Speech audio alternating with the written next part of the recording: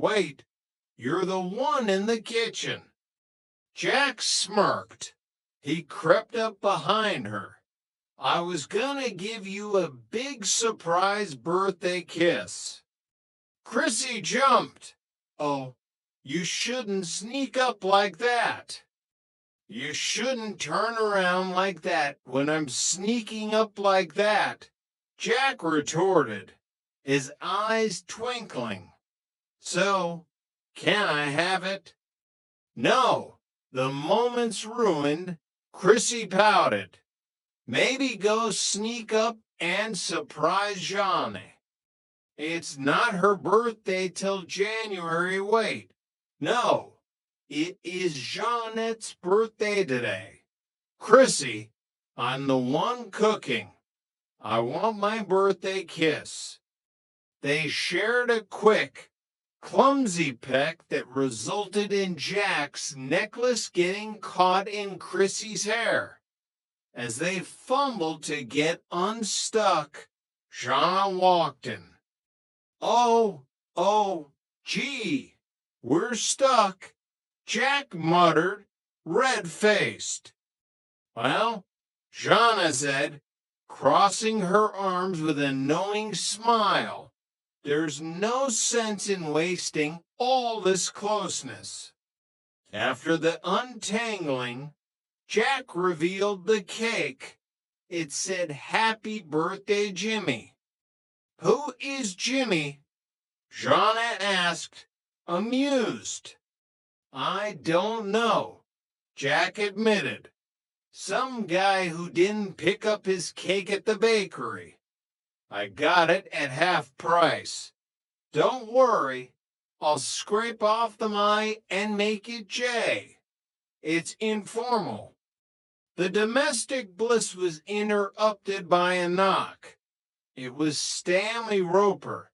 He looked uncomfortable, like a man about to ask for a loan from a person he didn't like.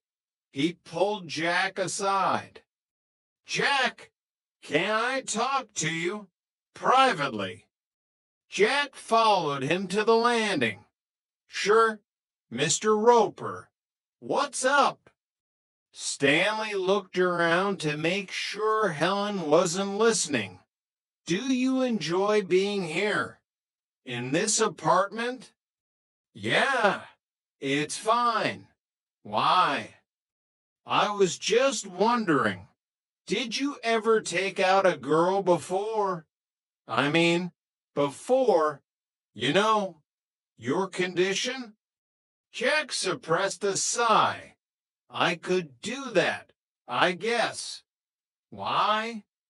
Well, we have this niece visiting, Karen, and I was wondering if it would be all right if she went out with you tonight. Jack blinked.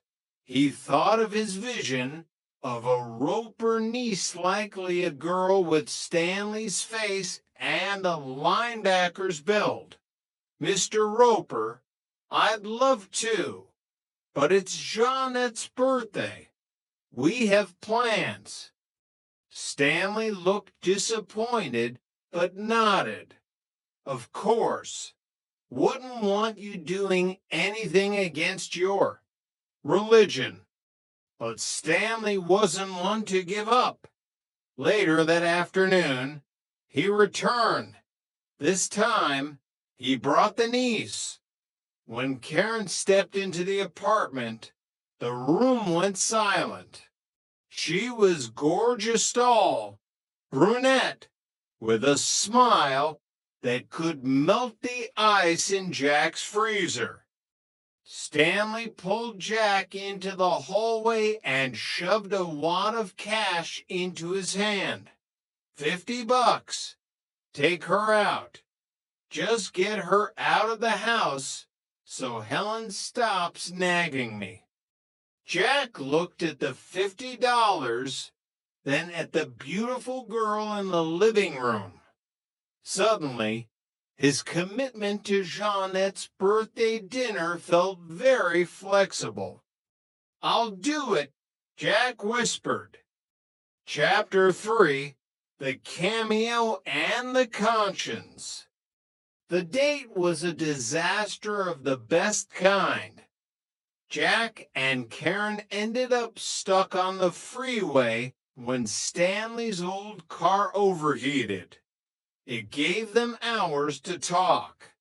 Jack found out that Karen was actually a normal, fun-loving girl who found her uncle's overprotectiveness as stifling as Jack found his fake persona. Back at the apartment, Jonna and Chrissy were fuming. The Jimmy cake sat uneaten on the table. "I can't believe he stood us up," Jonna said, her voice tight with hurt. "On my birthday." "Maybe something happened to him," Chrissy suggested, ever the optimist. "Something happened to him, all right," Jonna snapped. "And her name is Karen." By the time Jack returned, the atmosphere in apartment 201 was colder than a Santa Monica fog. But Jack had a secret. He hadn't spent the $50 on a fancy dinner. Instead, he had made a detour. "Jonna, Chrissy," Jack called out as he walked in. "Go away, Jack," Jonna called from her room. "I have something for you," Jack said, his voice soft. He walked to Jeanette's door and held out a small, velvet-lined box. Jeanette opened it. Her breath caught. Inside was the beautiful cameo she had pawned 3 months ago to pay the rent. You bought it back," she whispered. "I couldn't let you lose your grandmother's cameo," Jack said. "The $50 from Roper. Well, let's just say Karen was a very cheap date once the car broke down." The anger melted away. Jonna hugged him, and even Chrissy joined in. For a moment, the three of them were a solid unit again, a family of choice in a world that didn't quite understand them. Chapter 4: The Sleepwalking Incident. A few weeks later, a new crisis emerged. It started with a sound of soft, shuffling noise in the middle of the night. Stanley Roper was standing by his window at 3 o'clock a.m., ostensibly checking the weather, when he saw a ghostly figure in a white nightgown wandering across the lawn. The next morning, he cornered Jonna. "I want you to talk to your roommate, Chrissy.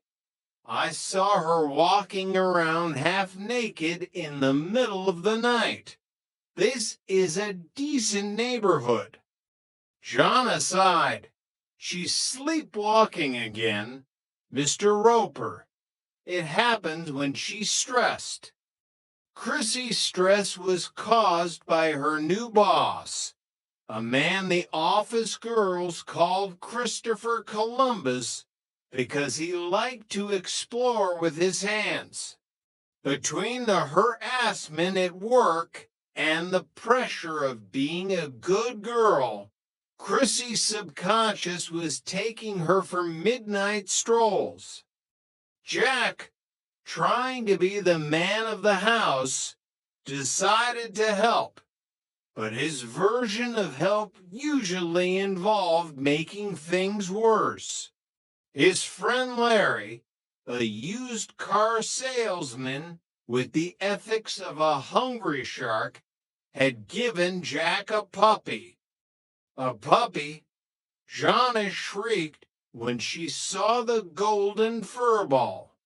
"Jack, you know the rules. No dogs